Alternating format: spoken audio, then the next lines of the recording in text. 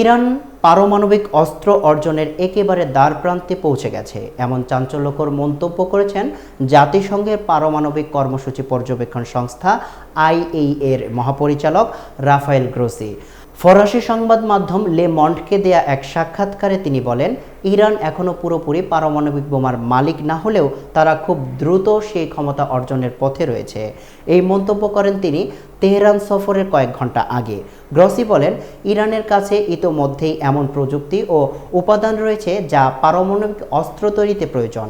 চাইলে তারা খুব সহজেই এগুলো একত্রিত করতে সক্ষম।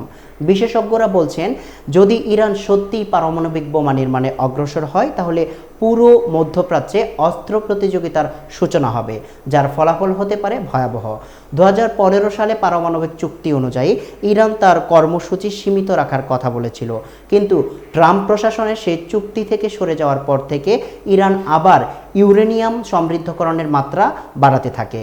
আইএইএ এর প্রধানের এই সফরে অন্তত তাৎপর্যপূর্ণ বলে মনে করেছেন কূটনৈতিক বিশ্লেষকরা। এখন প্রশ্ন, এই কূটনৈতিক প্রচেষ্টা কি ইরানকে থামাতে পারবে নাকি আরও একটি পরমাণু শক্তির মুখোমুখি?